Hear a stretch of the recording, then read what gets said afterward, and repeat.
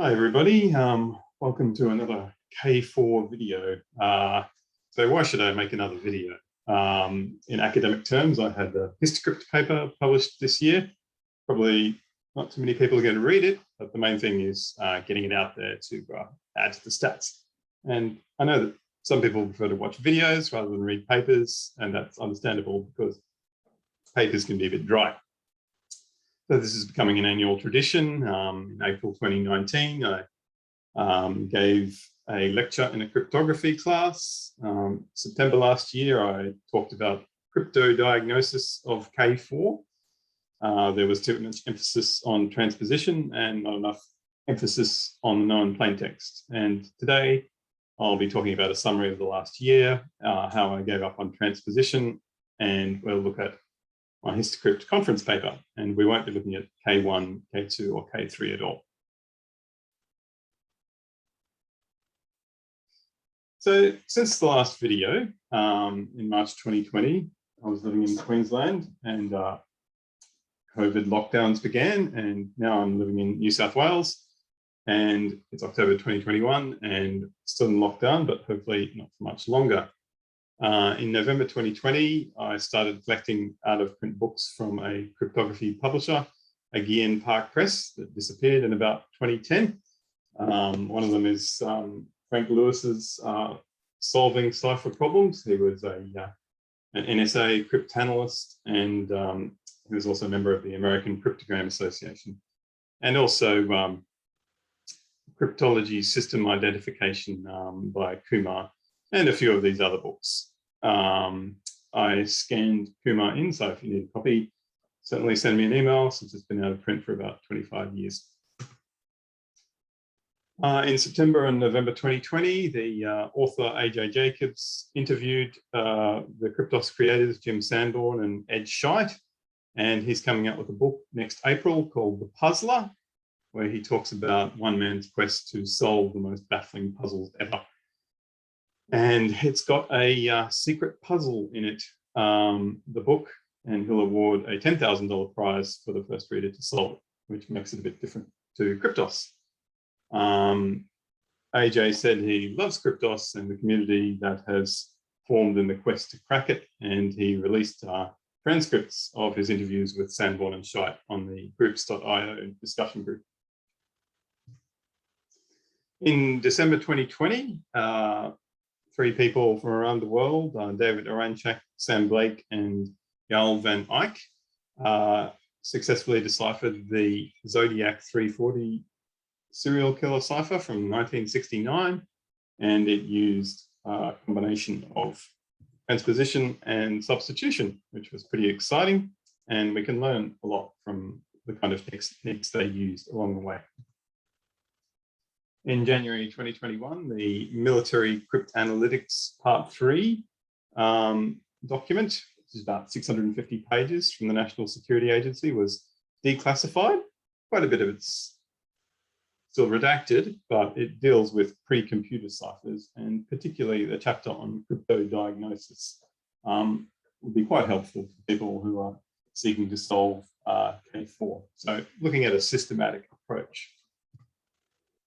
So I wrote an article for the Conversation website on the crypto diagnosis chapter, the parts that were unredacted, and I talked about the Zodiac 340 solving process. I talked about Kryptos for a bit, maybe gave some hints that it's a little bit too hard, and also I talked a bit about the book How to Solve General Math Problems by George Polgar, which is a great book on the heuristics of problem solving. So solving general problems, not just puzzles or any particular mathematical problem. Then in August, I had my paper on the crypto diagnosis of K4 published in the Histocrypt conference, and I looked at interesting phenomena in K4 and the Gromark cipher. So begin with a little video, sub-video. This song title, I Can't Explain, from The Who from 1965, is a good summary of people's theories about K4, there are things that look very unlikely to be coincidences, and they're pointed out by lots of different people. And that helps. If they're pointed out by people working independently, that's a good sign. So some of the sources that make the observations are rather unlikely, but we need to have good judgment, and it's good to be skeptical about what I'm going to say in this video.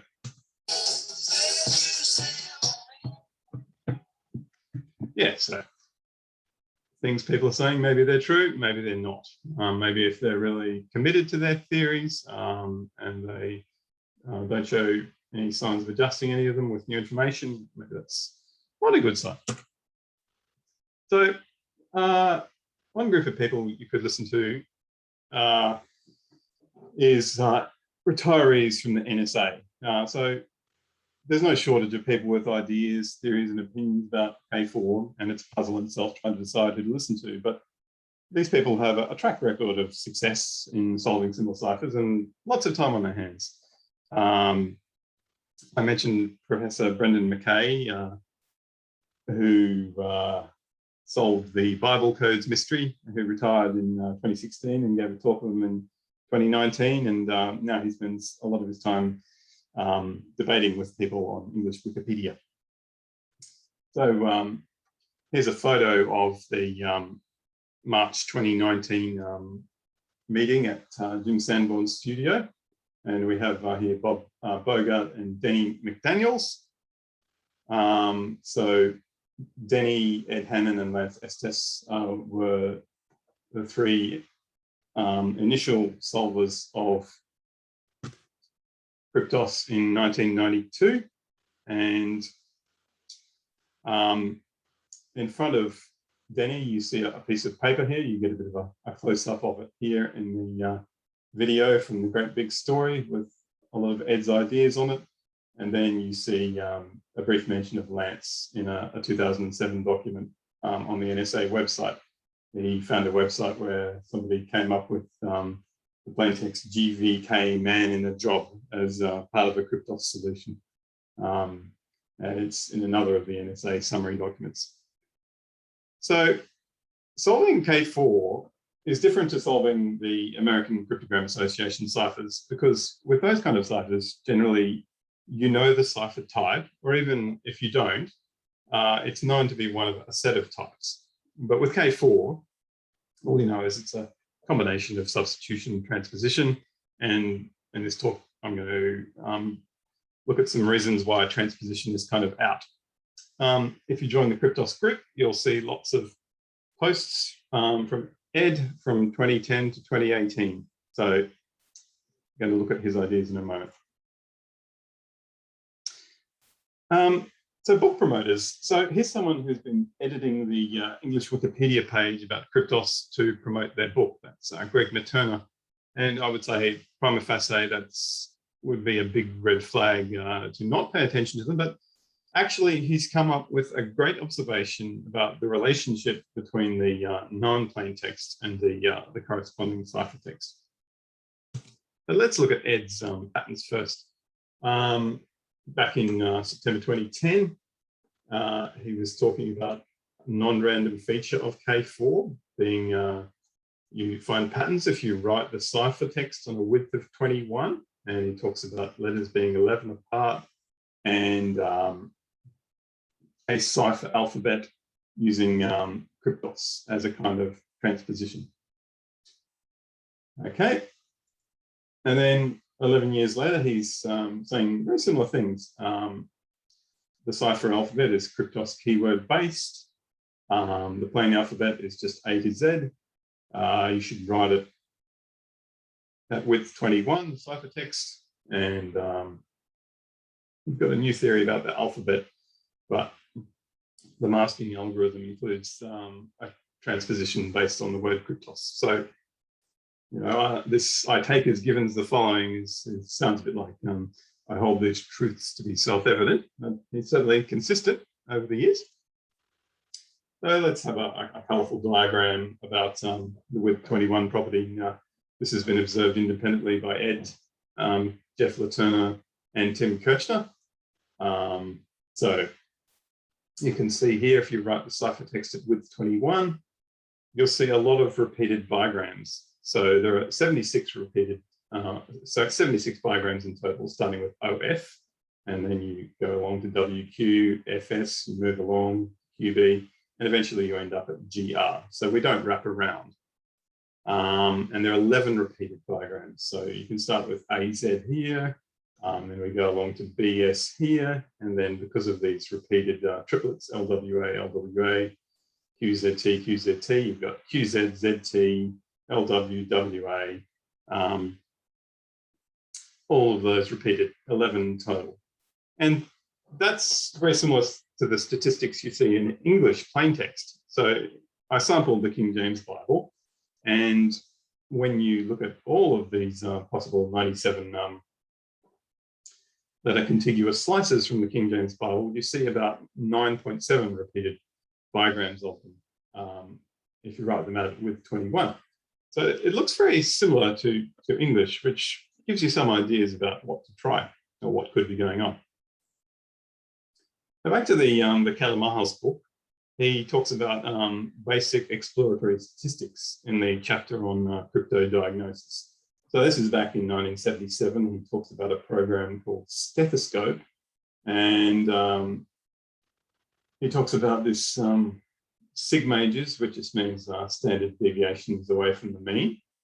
And he gives a systematic list of things to run through. Most of these aren't going to work very well with a ciphertext with only 97 letters, but his fifth suggestion is do a width test, writing it out, widths 2 to 51. I would suggest using a computer, work out the average column indexes of coincidence and so on. So you do see something at width 21, but you also have to consider what would happen if you tried other widths. And Callimahos says you have to recognize the phenomena. That's the second step in your crypto diagnosis. So Frank Lewis in his book says something very similar, but he says you recognize phenomena just by looking at it or by statistical means, but then he warns that that's not enough. You have to say, like, if you think the doublets are high, how many are there? And the most important question is, how many doublets are expected at random in a sample of this size? And that's exactly what the Zodiac cipher solving people did. And we can do it a lot better with modern computers and Monte Carlo simulation than we ever could in the 1970s. So what Callimahos was suggesting. So you have to be careful about what I'm saying. We want to answer the question, could the width 21 patterns be a coincidence? So the answer is, again, like the Who say, well, it depends, maybe it's true. There are a lot of different ways of counting them. So like the question is, can you distinguish the signal from the noise? So the first count type is just the number of unique bigrams. So as I said, we looked at 76 of them. We looked at the no wrap case, and we found that there are 11 unique bigrams repeated. So it comes out to be a 1 in 6,800 observation. But then if you're doing a different count type, what the Zodiac 340 solvers were doing, you take the sum of all those repeated bigrams and then you subtract 1, which is a little bit different. So this observation starts to look a little more like it's just a coincidence. But then you can look at the so-called digraphic index of coincidence, and then this observation looks even less likely. Sorry, I mean even more likely to be just a coincidence. And as I said, the wrap is whether or not you keep going around when the second bigram character reaches the end of the ciphertext. And here's the statistics for a width 19 property in Z340. And this table on the right is if you look at all widths. So with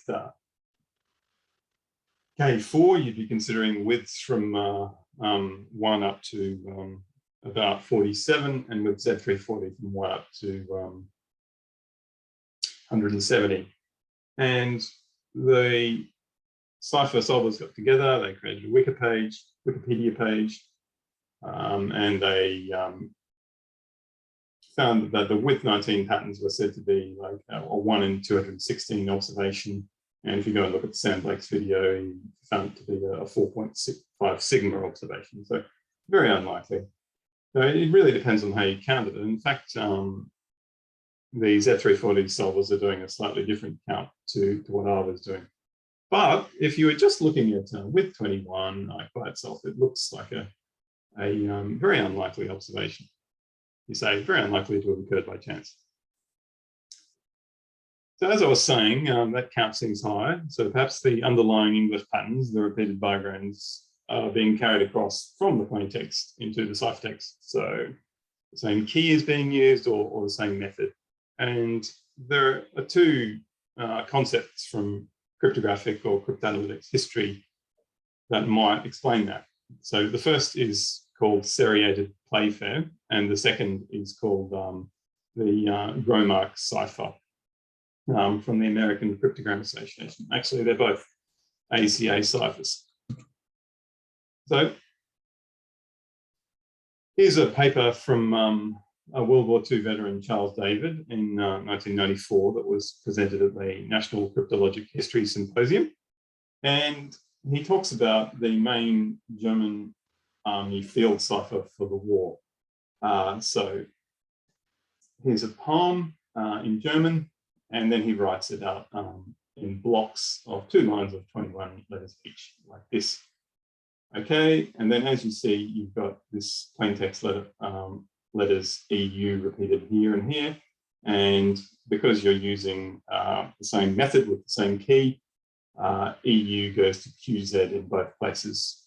So if you're using a playfair operation, or if you're using 2 playfair squares, it's still going to take EU to the same thing in both these places. So then that was a possibility with K4, but then in 2010, Sanborn released the non-plain text Berlin goes to NYPV-TT. And then at that point, if you're using a seriated playfair at width 21, you'd have to have bigrams ending in I and N in the plain text going to ZT in both places, which can't happen. It's a one-to-one relationship. And then in 2020, he came out with Northeast going to QQ and so on. And if it was a seriated playfair at width 7, and you started it with the a question mark or some other letter, so it was 98 characters rather than 97, this would rule out the seriated playfair at width 7. So you'd have to have bigrams ending in N and O mapping to BQ in both cases, which doesn't, that can't happen. But getting back to Greg Materna's observation, now that we know 24 plaintext letters, Greg noticed that for the non-K4 plaintexts, where the plaintext letters are from the letters Kryptos, the corresponding ciphertext letters are very close in the standard alphabet to the plaintext letters. So when I say minor differences, I just mean it doesn't matter whether it's going left or right in the alphabet, forward or backward, you just take the smallest number. So it's some number between 0 and 13. So where the plaintext letters are KORST, the ciphertext letters are these letters here. We look at the distances and they sum to be 21. So the average is 2.1. And now at this point, we need to remember Callimahos. We need to see how likely or unlikely that is. So if you permute the ciphertext letters of K4 randomly, and then you look at the differences between these letters and these the new random ciphertext letters, it's less than or equal to 21 in about 1 in 5,520 permutations, which seems to be like quite a significant thing. And the odd one out is the O, which makes you wonder whether it was supposed to be NZPFK in the ciphertext. So I created a table in the Histocrypt paper after the release of the August 2020 clue. You have the repeated plain text letters that are known are A, C, E, L, N, O, R, S, and T. And then you can look at the corresponding ciphertext letters for those. For example, when we only knew Berlin clock, we had clock going to MZ FPK. So C goes to both M and P, and the distance between those is 3. And then similarly, R in North and R in Berlin both go to P, the distance is 0. And when you look at this column, you notice that the numbers are very low. So what's happening here, is it something unusual? You can do the same kind of multi-color sampling and permuting the ciphertext randomly. And of these 13 values, the mean is 3.6. And so that only happens about 1 in 240 permutations of the ciphertext. And also the numbers are very low in terms of being less than 5, which only happens about 1 in 310 times. So what I concluded from this is that these observations are quite unusual, and it looks as though one-to-one encryption of single letters to single letters is occurring, like in the same position. So there is no transposition involved. And this is what Bob Bogart, who was pictured at the Sanborn meeting, actually interpreted the Sanborn communication as at that time. And it's of course possible that some new encryption algorithm never seen before in use, but is in use, but I would say that you're very unlikely to solve it in that case. So what these properties put me in mind of was actually the Gromark cipher. So just a quick explanation of how that works. You take a particular base, it's usually base 10, and you take a primer that's a given length, it's usually 5. And then you use something called a lagged Fibonacci generator to expand that primer into a given key. And you've got a plain alphabet and you've got a cipher alphabet. So usually in the ACA problems, the plain alphabet is just A to Z. So you look along the plain alphabet and you find the letter you're looking for, and then you move along the given number of places in the cipher alphabet, you write that out. So if we were in ciphering east-northeast and we had the key beginning 10626, we take the plain letter E, the key is 1, and then we move across and we get F here. And if we were to encrypt the N, we find the N in our plain alphabet and we move across 1, 2, 3, 4, 5, 6, and we get Q. And the way we expand the primer in this case is we take the first 2 numbers here and we add them together, and we don't worry about whether we're carrying or not. So for example, here 8 plus 8 is 16, but we only take the last digit, the 6, and you just expand that out. So there are many articles about Gromark in the Cryptogram magazine of the American Cipher Association, the Cryptogram Association. Jim Glogly helped scan in a lot of the old ones. Jim Glogly said in 2004 that Gromark was a possibility as an algorithm, because in 1989, there was an article that appeared in Cryptologia by a black man talking about how to perform cryptanalysis of that kind of cipher. And so Scheidt would be able to use this kind of cipher and not reveal any classified information. And as you've seen, it is kind of a multi-stage cipher because you need to expand the given primer. into the entire key. And Jim Glogly suggested that perhaps the key or the primer could be based on some of the numbers seen in K2. And here's the original article from 1969 by W.G. Hall, known as Dumbo. He just talks about the plain alphabet being A to Z, so that you can find it easily. And here's another article in 1977 in Cryptologia, where this Blackman article also appeared about the kappa test, and we'll just look at that a bit later. So you also see the Gromark cipher mentioned in this great recent book by Joshua Holden. He actually uses the Gromark cipher in the stream ciphers chapter to illustrate the idea of the linear feedback shift register, the LFSR. So it's a great way of illustrating that, because the shift register, here's a book on it by Golem. The shift register is usually just with the binary values 0 and 1, and it's quite boring. If you add two binary values and they're the same, you get 0, but if they're different, you get 1. It's just like XOR. So using the Gromark, so add some color to it. So here's another article from 1975 from the cryptogram. As I was saying, you usually use the standard alphabet for the plain, but you don't have to. And you remember that for the other parts of Kryptos, it was a quagmire 3. So it was not using the plain alphabet as the standard alphabet. And you can mix them around quite a bit.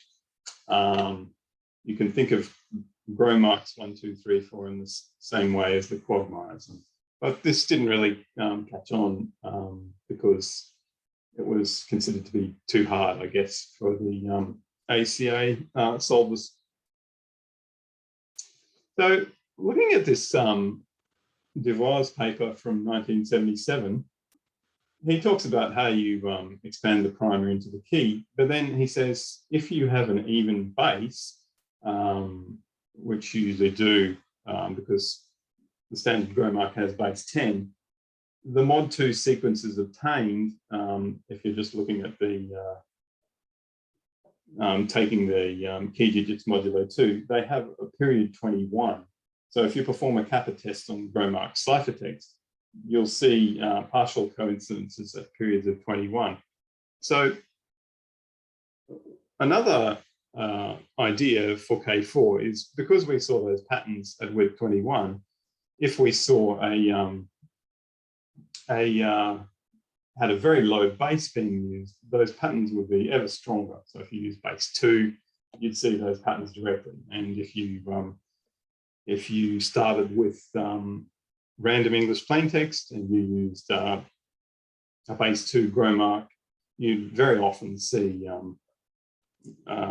lots of repeated bigrams. They'd be carried through from the plaintext into the ciphertext. Now, after the plaintext reveals, we know that the base of the cipher, if it's a Gromark cipher, has to be at least 3, because plain T goes to cipher R, S, and V, and plain E goes to cipher F, G, and Y. So in fact, we can run an algorithm to work out what primers are possible for all bases and lengths. So if in position 24, we number them from 0 to 96, the plain T is going to cipher V. That's from the east, the end of east. Position 28, plain T is going to cipher R from the north, and T is finally going to S. Then we know that in the Gromark key that you expand from the primer, the positions at 24, 28, 33 are 3 different digits. So when you have a small base, like say 4, that eliminates a huge number of possible primers. And the same thing for E going to F, G, and Y. So the key digits at these positions are all different. And then in Berlin and North, the R goes to P in both those places. And so for the larger bases, that eliminates an awful lot. And you can't have a key of just all zeros, because that would be really just monoalphabetic substitution. So you've got 100,000 minus 1 possible base 10 length 5 primers. And what you find after building up a lot of these equalities and inequalities is that only 39 of those can allow east-northeast Berlin clock to encrypt to the given K4 ciphertext. And now that you have those 24 corresponding letters, you can actually use simulated annealing to converge to both the alphabets. So if Gromark was in use, you have enough information to, if K4 was English plaintext, you just converge to both alphabets. You don't need to know that one of them is Kryptos or Kryptos backwards or ED's special Kryptos-based alphabet. You can just get both of them out. But unfortunately, of course, that didn't lead to the solution. So maybe you can combine other algorithms. So as I said, I think transposition is virtually ruled out. There's a new Histocrypt paper from Lyazov and others at this address. It only knows about ACA ciphers. It's sort of the successor, in a way, of the algorithms looked at by Kumar in his book on cryptology system identification. He's using, Lyazov is using like neural networks and random forests and all these modern techniques, whereas Kumar was just using discriminant analysis in India in the 80s. So this program at this website, it only knows about the ACA ciphers, but it's very accurate. And if you put it in, it comes out with progressive key as a suggestion. And now that did sort of come to mind, because if you just look at the statistics of ciphertexts, things like Bion's cipher ID, they find it hard to distinguish between the two because they have very similar properties. Really smashes the index of coincidence way down, really randomizes it. There's another paper in Cryptology in 1996 that talks about Gromark as the basis for a very secure cipher. But there's another reason to think about progressive key as being perhaps one of the steps, is that the minor differences between the plaintext and ciphertext letters are very small within the known plaintext ciphertext blocks, but not between them. So going back to the table, if you look at Berlin clock, the repeated C, as you said, as you saw in Ed's paper in the Great Big Story video, the distance is 3, and they're actually 3 letters apart in the plaintext. With L, V, and Z are 4 apart, and they're also 4 letters apart in the plaintext. But the distance is 3, and with the other clue, east, northeast, with these repeated EASTs, the distances are 1, 1, 1, 1, 3, and 4 within that non-plaintext block. And of course, east goes to FLRV and GKSS. And if you look at the corresponding differences, it's just 1, 1, 1, and 3. And then you look at this 7 and 8 here, and this 11, and these are sort of the odd ones out, the ones that are more than 5. But each of these are actually, when you look at between the non-plaintext blocks, so east, northeast, and Berlin clock. And if you were to use progressive key first, you wouldn't have those big differences because the progressive key would bring those together somewhat. So just a bit random here, like if THE in northeast goes to RNG in the ciphertext, can we look for other ciphertext slices no more than 3 off in any direction? And there's only one place that works. So OLI, where the differences between R and O is 3, N and L is 2, and G and I is 2. So that's a possibility, but doesn't seem to help much. Another guess straight after east northeast is on Kurfürstendamm, a street in Berlin. You see that the K isn't very close, but the other 1, 2, 3, 4, 5 letters from Kryptos, KRSTO, using the Turner's observation, they're very close in the standard alphabet. So, go off in that direction, say, like, can you guess some other text, Brandenburger Tor, Potsdamer Platz, that sort of thing? Who knows? Looking at some what ifs, I think there's a strong possibility Ed Scheich hasn't quite put enough clues in. Jim Sanborn stepped outside the parameters he was given by Ed and created something unsolvable. What's the analogy with Z340?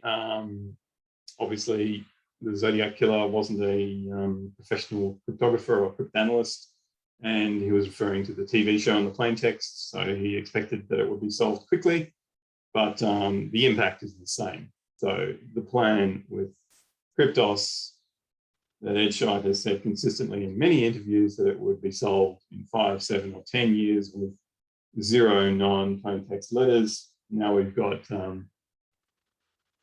24 non-plaintext letters out of 97, and we know the positions they're in, and we know there's no transposition involved. So we've basically learned that Z340 is transposition, but probably K4 isn't.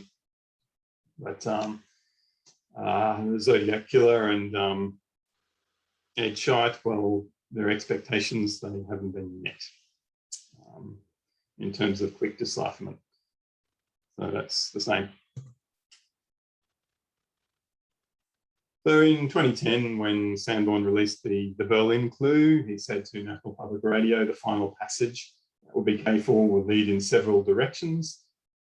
So well, we've already seen east, northeast. It could be one direction, it could be 3. Maybe there's a west, southwest in the plaintext there somewhere.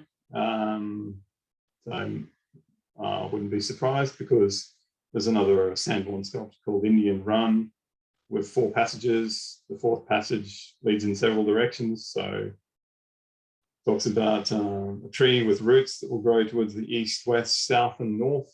And you see this sculpture in 1995 and 2002 somewhere in America. So I really wouldn't be surprised if that's sort of a nod towards the K4 plaintext.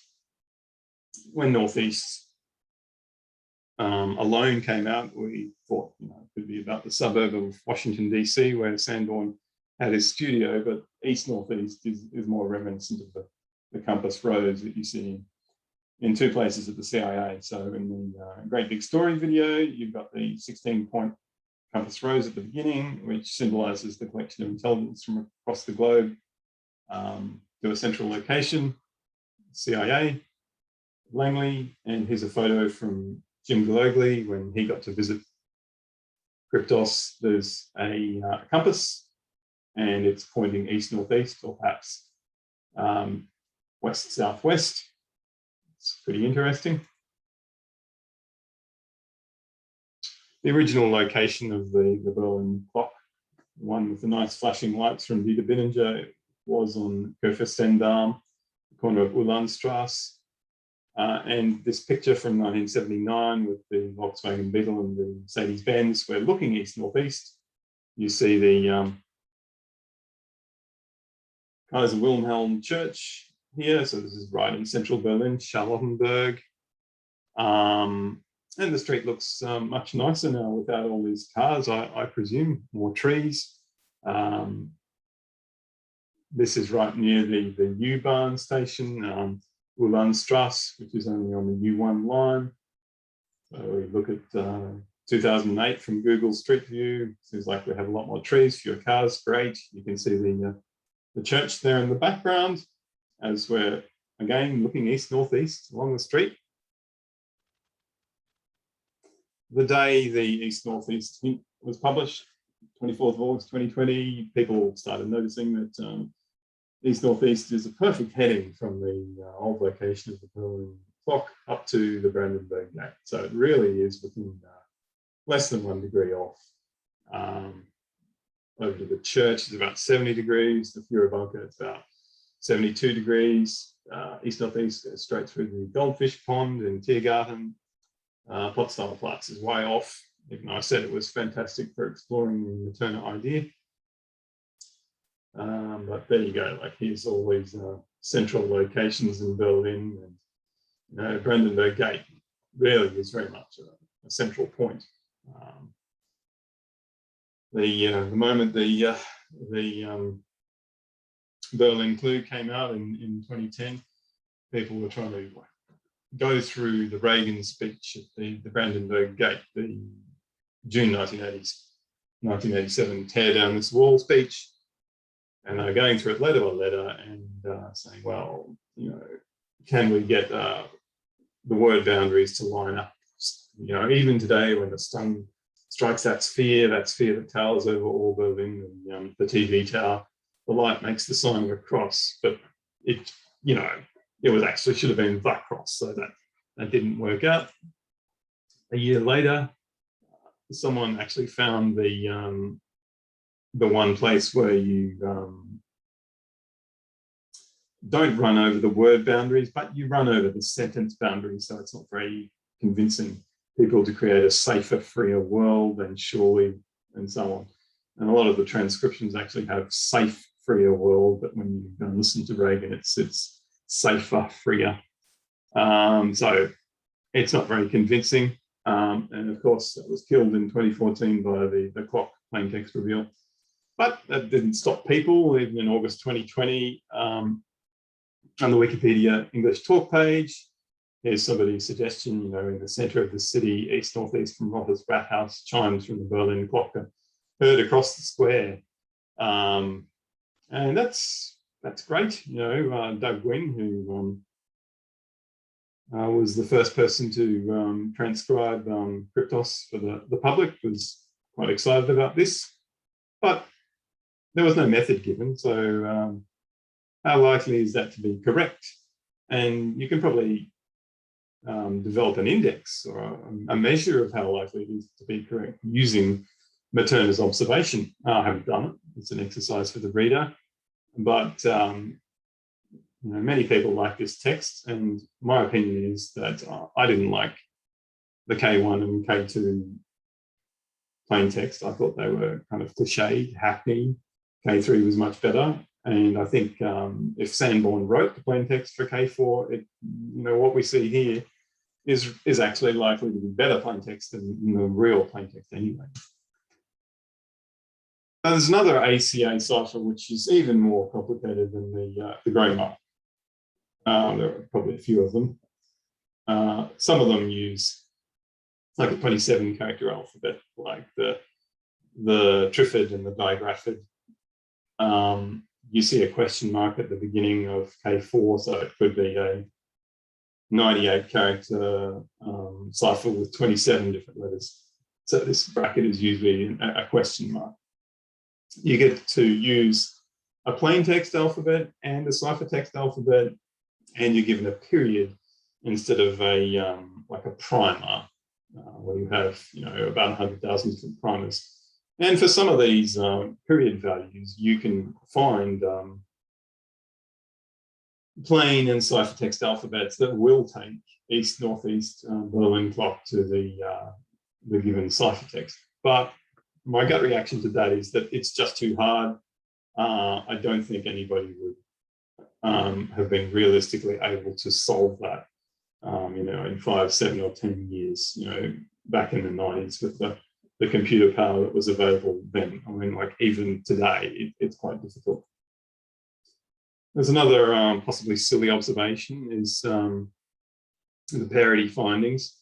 If you take the plain text alphabet Kryptos, ciphertext alphabet A to Z, and you convert them into the numbers 0 to 25, you look at C1 minus P1 minus C2 minus P2, remembering there are multiples of 21 apart in terms of letter distance.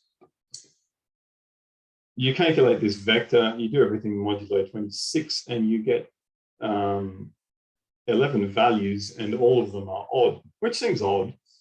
It's only about a 1 in 1,000 finding, but maybe I looked at 1,000 different things, and that's why I found it. And I can't think that this implies any particular non-cipher. But in the Histocrypt paper I put in as a footnote, if you number the plain text letters using the standard alphabet, that's what Ed was suggesting from 2010 till today, and you number the ciphertext letters using the Kryptos alphabet, and then you just calculate plain minus cipher modulo 26. 13 of the 24 values are multiples of 5, which seems about a 1 in 1500 result. Now that does possibly imply a system involving 5 by 5 squares called the conjugated matrix Bifford. And again, you can make it work, but I have looked into this quite a bit and I didn't find anything. So another idea, which is quite cute, is the progressive key plus the grey mark. I think this would be quite hard, but just throwing it in for fun. Because, how would you tell the two apart? If you have the ciphertext and you move along in blocks of 9, you subtract 3 from the second block, 6 from the next one, 9, and so on through. The letters 22 to 34 translated to this in the ciphertext, and the Berlin clock letters go to that. And then for the repeated ciphertext letters, they're very close indeed. Nothing is more than 5 apart. And you can actually just go straight to the plain text alphabet equals A to Z, and then you can have your ciphertext alphabet being just with one of 3 bases, so +2, -2, -3. And in the classic cryptanalysis book by Gaines, you'll see a chapter on progressive key, but you don't actually have a rule to get you what your key actually is. So I just picked whatever numbers I liked in here, forcing east, northeast, and Berlin clock, but I can't see that you can get any meaningful plain text that way. So if you look at the design criteria for Kryptos, you find on the CIA website in October 1987, they were reprinted in Time magazine in February 1988. It should reflect life in all its positive aspects, truth, justice, and the American way. And it should not produce or reflect negative attitudes, political expressions. So I think that sort of rules out any connection with any Reagan speeches, despite some people's wishful thinking. But it also should not produce feelings of futility. And after 30 years, I think it is really producing a lot of feelings of futility in some people. Okay, and the final slide. Again, we're using this cryptanalysis book by Gaines. The final chapter is on what's it called? The Investigating the Unknown Cipher, chapter 23. And in fact, you see something very Kryptosish on the last page. There's a cipher that no one's ever been able to decrypt. The book's written in 1939. Dover edition published in 1956. A cryptographer who worked for the OSS in World War II, Jeffrey Mott Smith, and Max Katz, an amateur cryptographer. They went through and they solved all the puzzles in the book except for that last one. So Gaines suggests in that chapter, if you do see all 26 letters in your cipher, that doesn't necessarily rule out using a 5 by 5 square, because the person doing the enciphering knows they can just replace half of the I's with J's. And evenness in frequencies, I presume, possibly she means low index of coincidence, might suggest something like auto key or progressive key. Possibility. And if you don't see repeated sequences, that will usually mean a transposition has been added to a substitution. So these ideas in that sentence were what Jim Galovy said back in '99 after he solved the first 3. So you do your diagram count, which we did. And if the cryptogram has come from an amateur inventor, you dig into your memory for previous inventions, which is what I tried to do looking at the seriated Playfair and the Grow mark. But then if the inventor has failed to submit material in proportion to the amount of complication he's introduced, which maybe what Shai has done, then no one's going to be able to solve it. So I used this quote in my conversation piece, and then a few days later, David Aranchak immediately borrowed it for one of his videos. But it's hard to know where to go from here. So retirees, ex-NSA, cryptanalysts like Ed and Lance can't solve it. The chances are we need to investigate very specific ideas rather than sort of flail around looking at what might be chance, what might not be, but because we're not going anywhere at the moment, we need something very concrete. So you wonder if there's been a mistake. All I can gather from this is that there's no transposition. I thought Gromark was a great candidate. I looked at many Gromarkian, Gromarkish ideas, but I still found nothing. I think progressive key plus Gromark makes it very simple in a way, gives you the possibility of base 3 Gromark, but it's very, very complex. So that's the end of this year's talk. I hope you're still having fun trying to solve it. And I hope that it's solved soon, let's say by the next Cryptologic History Symposium next year. Okay, thanks for listening.